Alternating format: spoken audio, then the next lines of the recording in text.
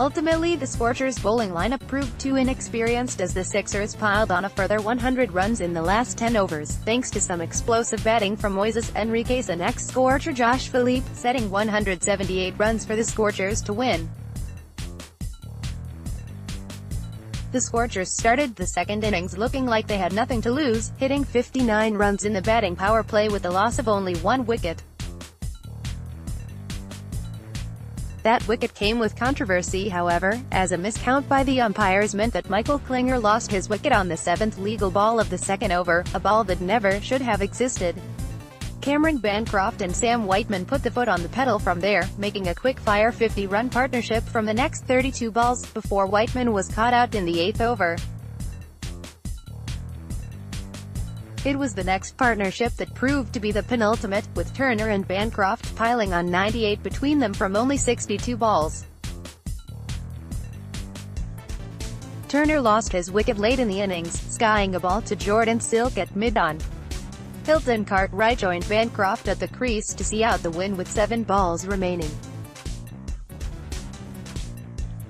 Cameron Bancroft earned himself player of the match for his 87 not out off 61 balls. The stud's Cameron Bancroft was the best for the Scorchers on Sunday night. Although Turner made his runs at a higher strike rate, it was Bancroft that managed to soak up the scoreboard pressure, face the new ball and build important partnerships with both Whiteman and Turner. His classy 87 not out tonight will help earn back the favor of the Orange Army after dealing with a 9-month suspension in the wake of the ball tampering scandal last year. Back on top, Cameron Bancroft celebrates the Perth Scorchers' win over Sydney Sixers in the Big Bash League on Sunday night in Perth. Credit: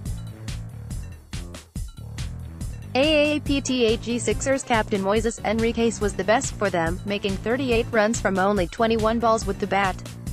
His late cameo came at an important time for the Sixers and together with Josh Philippe forced the Scorchers into their biggest run chase of the season.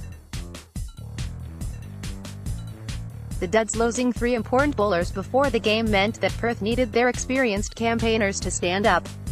Unfortunately, David Willey couldn't perform with the ball, giving away 26 runs from only 2 overs lead to the Scorchers relying on their younger bowlers too much.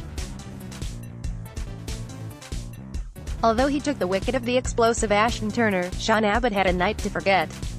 Giving away 40 runs from 10 overs proved to be costly for the Sixers, especially when considering how defendable 178 runs had been throughout this season. One to remember. The most memorable highlight for the Scorchers came in the 6th over of the match.